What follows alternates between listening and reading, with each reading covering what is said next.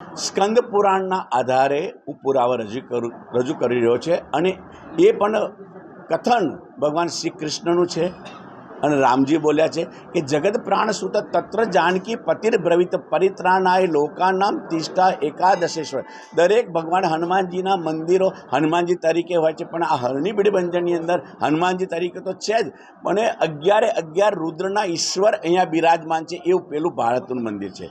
અને બીજી વસ્તુ કે સંસ્થાપ્યમ પ્રતિમામ શિવામ, દરેક મંદિરોની કોઈ સંતો દ્વારા, કોઈ સાધુ દ્વારા, પરમાત્મા દ્વારા કે સ્વયંભૂ દ્વારા સ્થાપિત થતી હોય, પણ અહીંયા આગળ હનુમાનજી મહારાજની પ્રતિમા સ્થાપિત નથી કે સ્વયંભૂ નથી, માત્ર ને માત્ર રામજીના આદેશથી એની લોક કલ્યાણ માટે એ પોતે અહીંયા આગળ સ્થિત રહ્યા છે।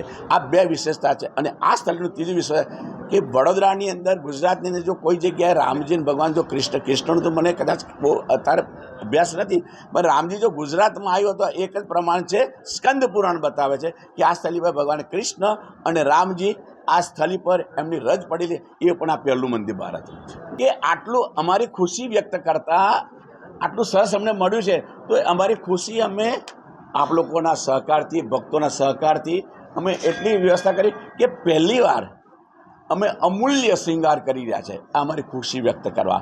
અને પહેલી વાર જ્યારે આ બધું પ્રમાણો મળ્યા છે, તો અમે દર વર્ષે પાદુકા પૂજન તો કરીએ જ છે, પણ પાદુકા પૂજન સિવાય અમે પહેલી વાર સંગીતમય રામચરિત માનસ સ્તુતિ ગાન રાખ્યું છે। હનુમાનજીને બહુ જ પ્રિય છે, સ્તુતિ ગાન રાખ્યું છે। અને ત્રીજું લખ્યું છે કે હનુમાનજીનું જે રાજોપચાર પૂજન એમ નથી રાખ્યું, પહેલી વાર રાખ્યું છે।